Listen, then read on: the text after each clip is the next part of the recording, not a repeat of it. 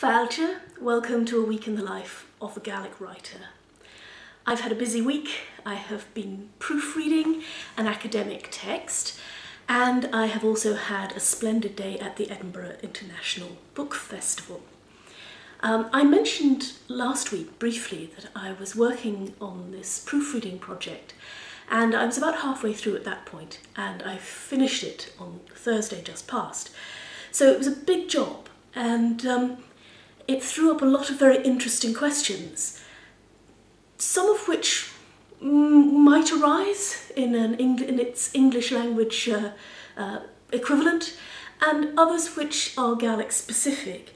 It's an academic text that's written in a formal register, and that's appropriate to the kind of forum in which these works are written and received. It needs to be scholarly. It needs to have a degree of formality which is expressed through, let's say, a greater use of passive voice verbs than you would probably employ in everyday speech.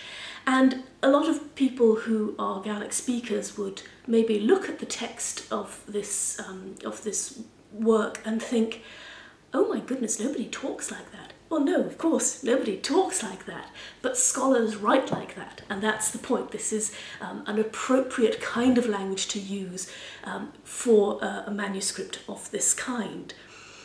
When you're writing in a more formal register, there are some interesting grammatical dilemmas that arise, because certain aspects of Gaelic grammar, as they are used in everyday parlance and as they are increasingly being used in writing and in print, are becoming less formal. And a case in point is the feminine noun in the dative case. We have a case system in Gaelic.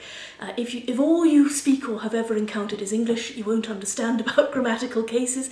But if you had to learn Latin or Greek at school, or if you've learnt a modern language such as German, you'll be familiar with the concept of nouns having grammatical cases, which change the way those words are written and spoken depending on the role that they play in the sentence and their relationship with the other words around them. And we have this in Gaelic. So the dative case, sometimes called the prepositional case, means that certain nouns behave differently, they begin to be spelt differently and pronounced differently, and yet some people are sticklers for the old-fashioned grammar, and some people take a more casual and arguably a more modern approach. And there isn't really a simple answer to say this is right and this is wrong. And it could be that even within a text, you will find that the same author has applied a rule one way in one paragraph, and then a few pages later, they've used it the other way. And as someone who is editing or proofreading a text like that, it's not really your place to correct it, unless it's an example of something that's obviously wrong, a spelling mistake, say. But it's the sort of thing that you would want to point out to the author. So an awful lot of this work that I've been doing, looking at this text, has just been to pick up on inconsistencies and pose a question. Do we want to allow inconsistencies because it might just feel more natural, the way that sentence is written? Or do we want to decide how the rule is to be applied and be absolutely rigorously consistent throughout the text?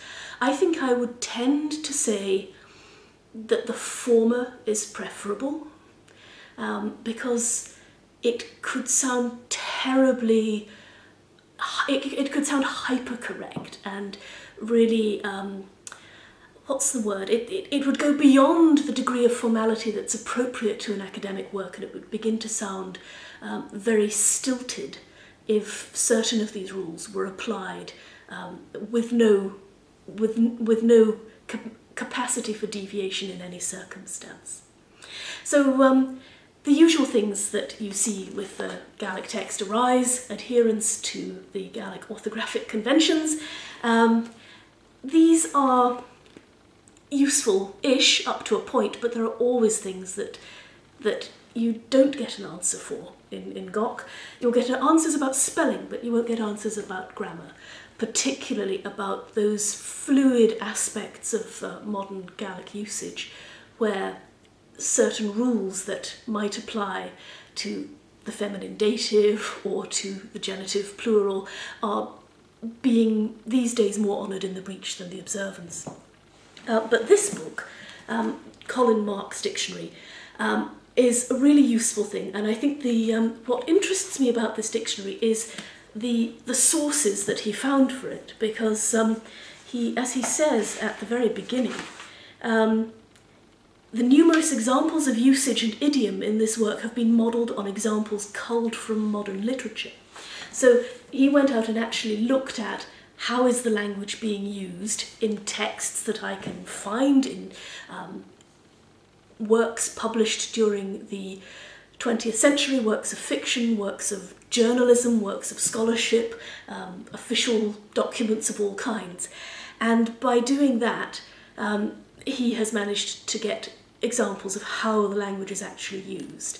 Of course, all that gives you is examples. It doesn't mean this is the right way to do it.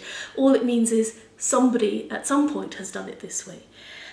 So whereas with English, as I pointed out in my video about editing the English novel, with an English work you could turn to the New Oxford Spelling Dictionary and say it's got to be that way. Or you could look at Chambers Dictionary or Collins or the OED, or you could look for some source that you say is your definitive answer to all your spelling and style questions, and with Gaelic you can't do that. So everything is a compromise, and you're always looking for something that hits that sweet spot between the degree of formality that is required in the register of the language, and also something of the author's voice that allows them to feel that this is something they wrote, not something that has been churned out by a grammatical robot.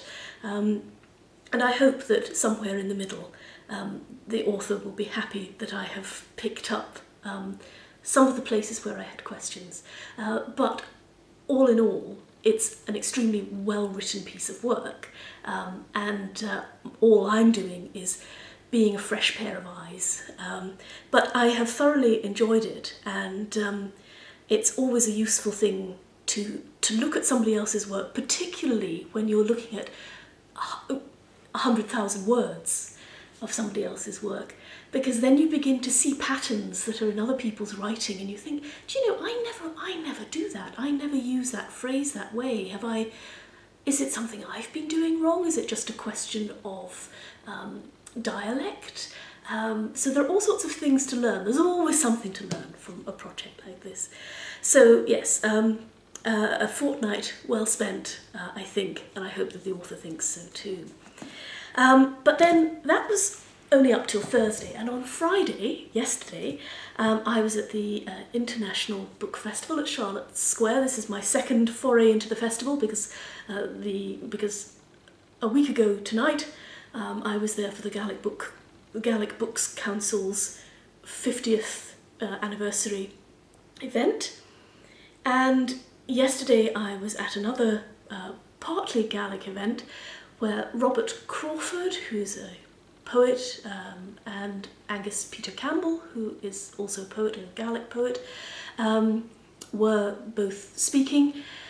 And I had never heard Robert Crawford speak or read his work live before, so it was really interesting to do that. I particularly enjoyed his poems about Edinburgh and Glasgow, which summed up the character of both cities in a very clever and amusing way. And Angus Peter had his new book out called Station, or Station in Gaelic, which means station, obviously, but we spell it the Gaelic way. And we were, both of us, myself and Angus Peter, talking to Cathy MacDonald for the Fescr programme which will be broadcast sometime next week. So listen out for that. I don't know if I was making any sense. I hope so.